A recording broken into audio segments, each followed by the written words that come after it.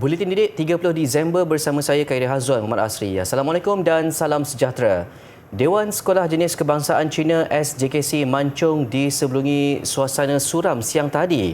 Kira-kira 600 guru, murid, kaki tangan sekolah dan ibu bapa hadir memperingati mangsa yang terkorban dalam tragedi tanah runtuh di Batang Kali berhampiran Gotong Jaya baru-baru ini.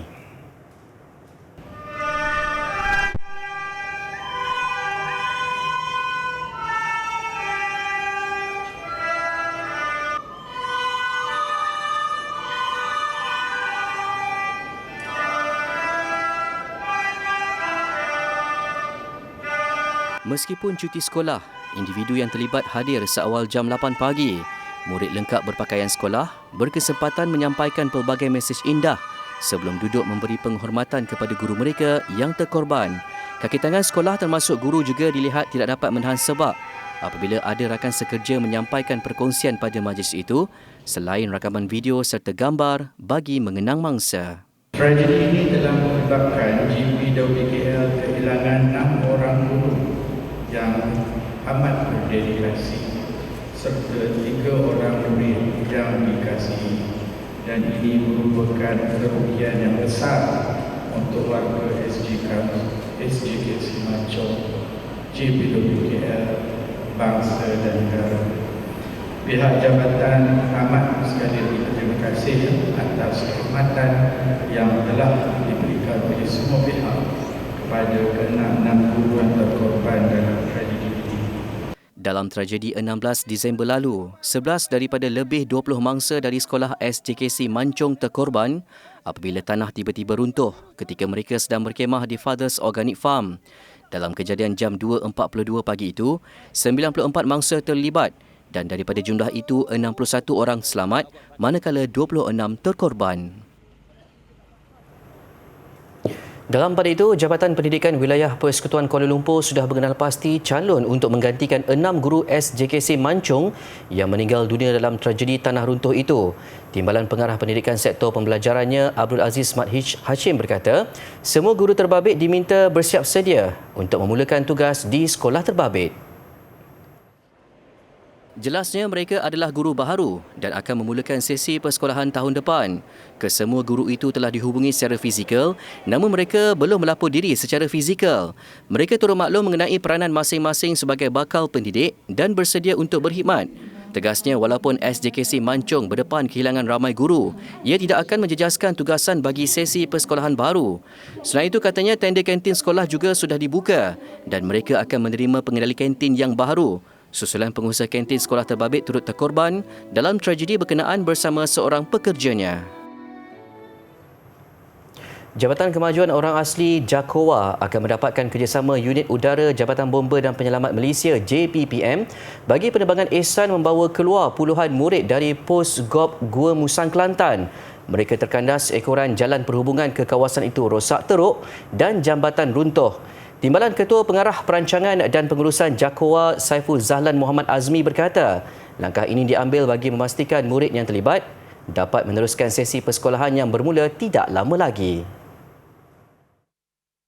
Berdasarkan rekod JAKOWA, 90 murid dari pos GOP terdiri daripada 12 orang dari Sekolah Kebangsaan Tohoi, 33 dari SK Kuala Betis dan 45 lagi dari SMK Panggung Jaya.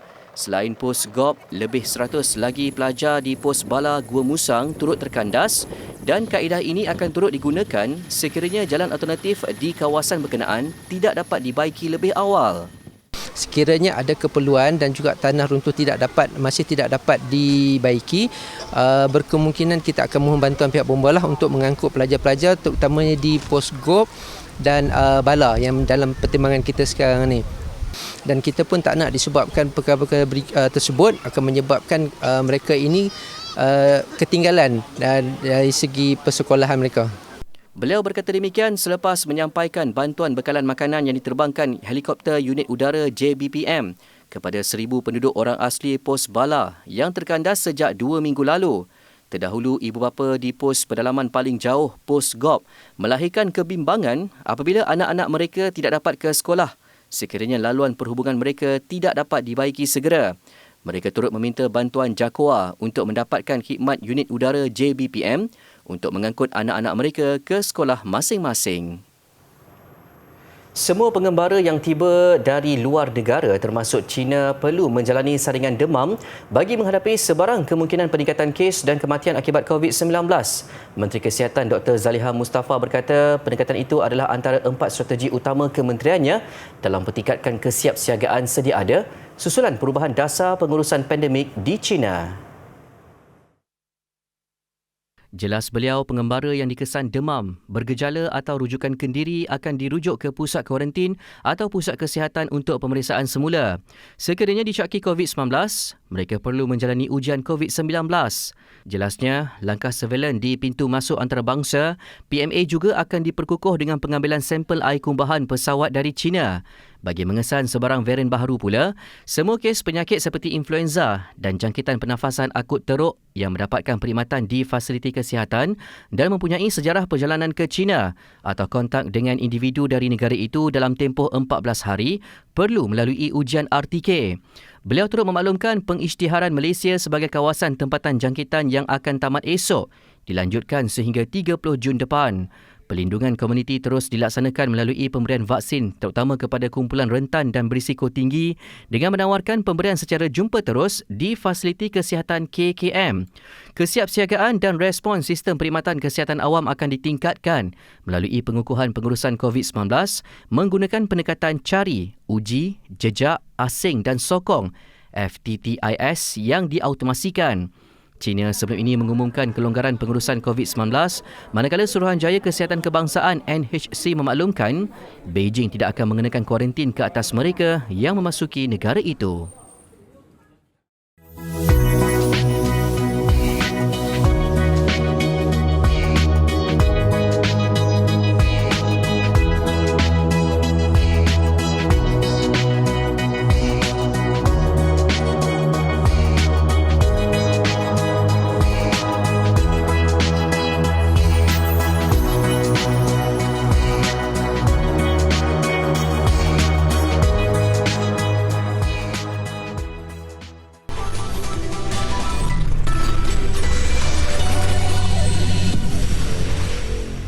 Kembali di Buletin Didik. Di kebanyakan sekolah, projek tanaman sayuran menjadi pilihan untuk diusahakan sebagai pembelajaran luar bilik darjah. Namun kelainan dicipta warga Sekolah Kebangsaan Padang Besar Utara di Perlis yang memilih tanaman hiasan pokok ati-ati. Dengan harga di bawah RM10, mereka tidak menang tangan mengusahakannya. Dinamakan projek TS25, tapak semayanya terletak di Laman Cinta Hati di belakang bangunan sekolah. Amalan pembelajaran berasaskan persekitaran EBL ini merupakan idea guru besar terdahulu yang diteruskan sehingga kini. Cuma saya lebih kepada redesign dia semula dengan projek sistem IoT-nya, lebih kepada sistematik lagi lah. Itu saja. Ketika ini terdapat 26 jenis pokok ati-ati, antaranya yang berdaun hijau, merah tua dan ungu. Terdapat beberapa jenis yang jarang ditemui. Proses tanaman bermula dari keratan batang yang diusahakan murid dari rumah. Apabila pokok mulai hidup dan merimbun, mereka akan membawanya ke sekolah untuk dialihkan ke tapak semayan yang dilengkapkan dengan sistem pengairan. Menariknya, pokok ati-ati ini sering diborong warga pendidik ketika lawatan penanda aras ke sekolah itu. Kita fokus kepada murid, hasil-hasil dia untuk dijual oleh murid-murid, termasuk dengan promosi, hasil jualan, semuanya diuruskan oleh murid-murid. Projek ni lebih bertumpu kepada PBL lah, Project Based Learning yang dibuat di rumah. Hasil dia dibawa ke sekolah untuk kita perbanyakkan lagi. Keseluruhan proses ini merangkumi 6 kemahiran kalis masa hadapan iaitu teknologi maklumat dan komunikasi ICT, internet pelbagai benda IoT, keusahawanan, pertanian, pengurusan acara serta komunikasi. Bagi murid di bawah program pendidikan khas integrasi PPKI, sekolah sedang melaksanakan tanaman kucai dan tanaman aquaponik. Berbanding paluan kompang, masyarakat di negeri Perak lebih sinonim dengan kumpulan rebana bagi memeriahkan sesuatu majlis keraian. Kumpulan-kumpulan rebana ini sentiasa dipanggil di majlis perkahwinan, majlis berendoi dan tidak ketinggalan setiap kali tibanya musim berkhatan. Menurut Yang di-Pertua Dunia Seni Silat Melayu DSSM Perak Muhammad Zuraimi Razali, kebiasaannya rebana selalu dimainkan di daerah-daerah yang terletak di sepanjang Sungai Perak termasuklah Kuala Kangsar. Selain memeriahkan sesuatu majlis kerakyaan, paluan alat muzik yang seakan-akan kompang ini juga bertujuan menaikkan semangat mereka yang terlibat seperti kanak-kanak di majlis perkatan. Ya, lagu dia lebih kurang lagu yang berada dalam kitab Marhaban. Dalam kitab Marhaban itu lagu dia lagu memuji Rasulullah dan juga sebagai satu syiar Islam, budaya Islam. Lagu-lagu dia semua memuji Tuhan banyak. Tambahnya, lagu-lagu yang dinyanyikan sewaktu memukul rebana selalunya diambil daripada kitab Berzanji atau Marhaban yang semuanya bersifat memuji baginda Rasulullah SAW, juga mengagungkan kebesaran Allah Subhanahu Wa Taala. Bunyi kuat yang terhasil daripada pukulan rebana itu pula katanya dapat menghilangkan rasa takut atau gemuruh peserta berkatan. Setiap kumpulan rebana biasanya terdiri daripada 5 hingga 10 anggota dan ada juga yang mempunyai ahli wanita. Beliau berharap tradisi bermain rebana perlu dipertahankan dengan cara menyuburkannya dalam kalangan generasi muda untuk lebih mengenali salah satu cabang kesenian tradisional. Jadi apabila keris ini dapat dikaitkan dengan institusi raja, jadi kita boleh dapat pemilikan keris ini bukan sahaja untuk golongan sultan, malah juga putera-puterinya lah, putera-puterinya. Jadi salah satu contohnya di sini kita dapat lihat keris ini dapat bercirikan keris Jawa lah, boleh dibatikan dari segi hulu dan juga sarungnya, pakaiannya. Dan sampilnya adalah berbentuk gayaman, jadi menampilkan ciri-ciri Jawa. Di bahagian penduk sarung ini, di bahagian belakangnya tertulis satu nota yang bertulis Tengku Mahmud Anak-Anda Sultan Selangor dan bertarikh 1235 Hijrah bersamaan dengan 1819 Masihi. Jadi ini adalah salah satu keris yang menunjukkan pewarisan keris diraja.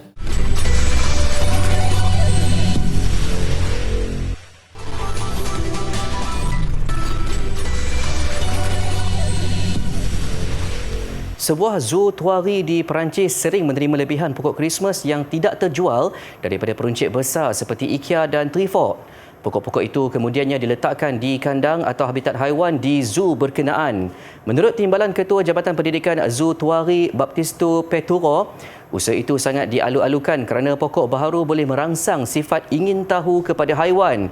Ini sekaligus boleh mengubah tabiat haiwan selain menyuntik deria bau berlainan yang dianggap penting untuk kesejahteraan haiwan.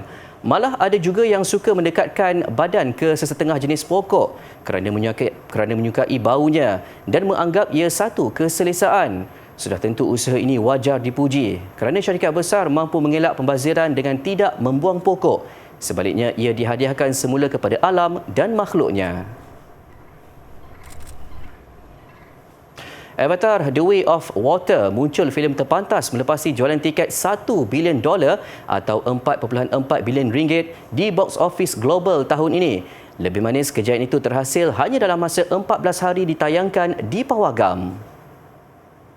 Filem sequel Avatar ini mengetepikan Top Gun Maverick yang mengambil masa 31 hari untuk meraih jumlah tersebut, manakala Jurassic World Dominion mengambil masa lebih 4 bulan.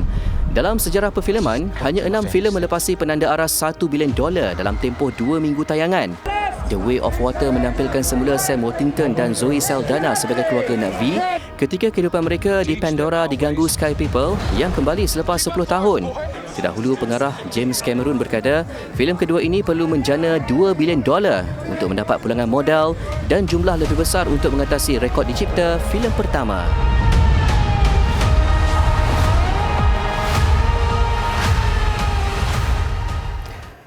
Selepas menempa kejayaan merangsangkan sebagai pendatang baru K-pop, kumpulan New Jeans buat pertama kalinya terlibat dalam usaha kebajikan secara rasmi. Sebuah persatuan kebajikan Snail of Love mengesahkan syarikat rakaman Adore bersama New Jeans telah menyumbang sejumlah wang untuk membantu kanak-kanak yang mengalami masalah pendengaran. Sumbangan itu datang daripada hasil jualan album pertama mereka. Malah Adore dan New Jeans merancang untuk menggunakan sebahagian daripada hasil jualan album setiap tahun untuk tujuan amal. Untuk rekod, New Jeans membuat kemunculan pertama pada Julai lalu, menampilkan 5 anggota berusia belasan tahun. Sehingga pertama, attention dan hype boy yang pantas menarik perhatian ramai dan tular dikira kejayaan besar memandangkan mereka tampil tanpa pengumuman atau promosi.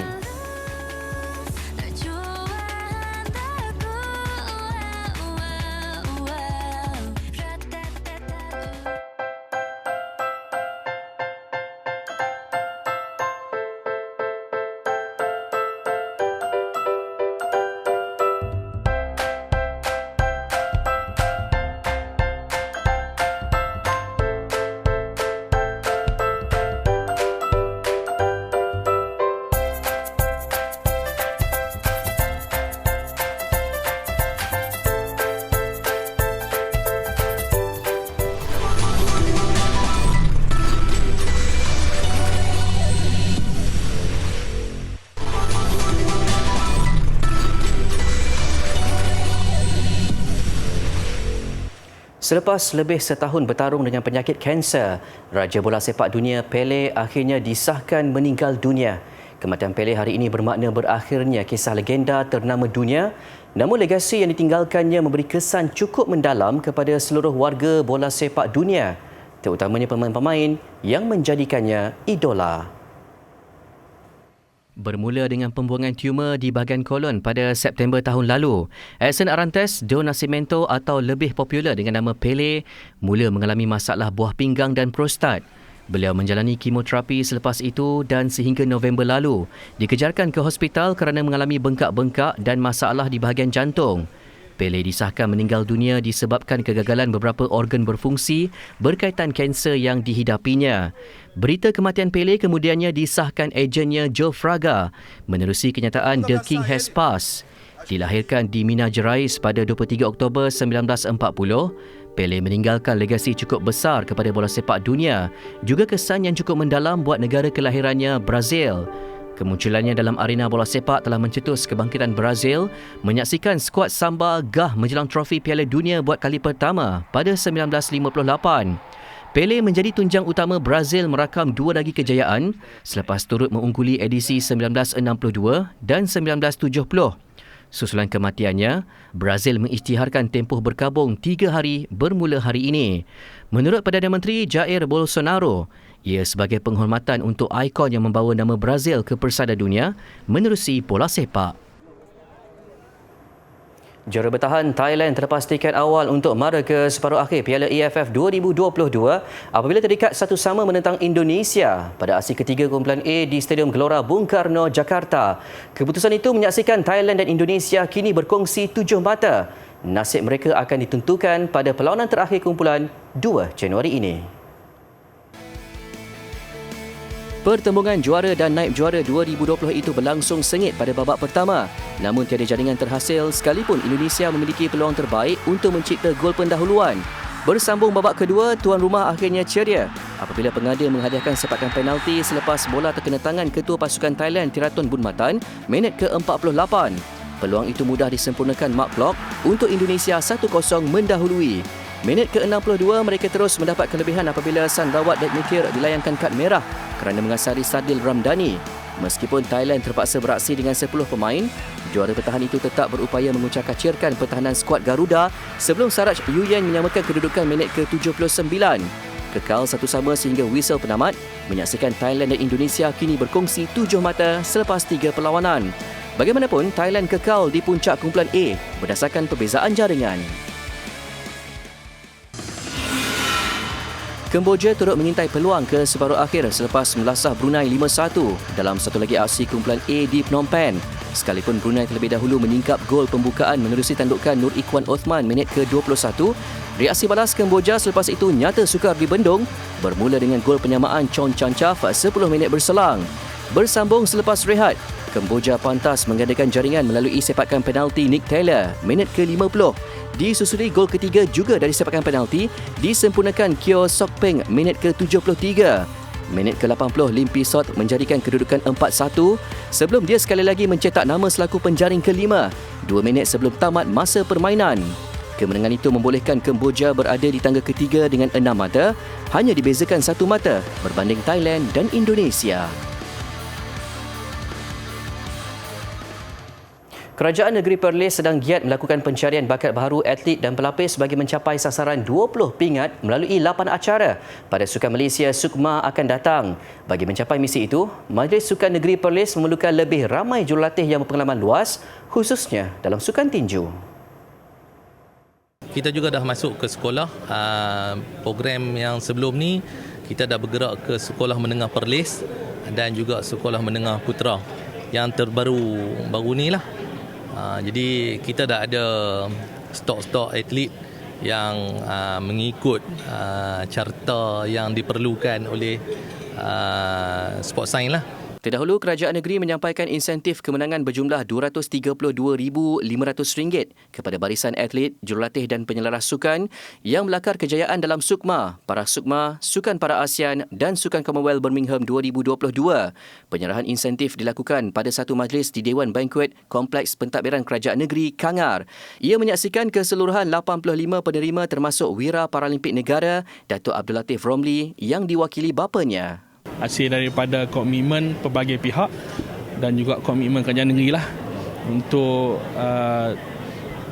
tambahan insentif tersebut dalam usaha untuk menggalakkan lagi lah atlet-atlet supaya dapat capai sasaran yang ditetapkan oleh pihak MASN lah khususnya.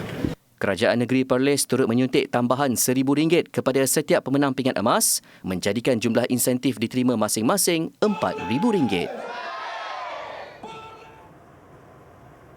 Baik, paparan telatah si cilik yang menyertai pertandingan Lego di Mesir mengakhiri buletin didik. Pertandingan bertujuan mendidik mereka tentang kepentingan tenaga bersih dan lestari. Saya Khairi Azam Muhammad Asri, salam hormat dan Assalamualaikum.